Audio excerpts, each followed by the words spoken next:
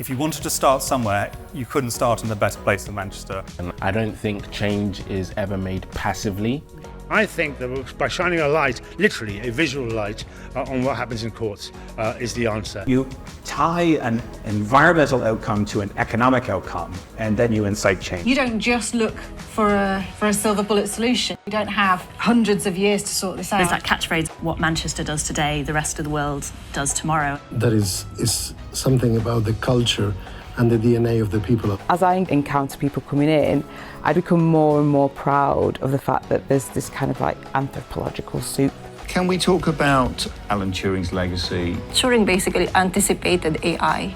Manchester's role really should be, the capital of the North. I think the most powerful thing you can give another human being is the gift of wanting to continue to learn.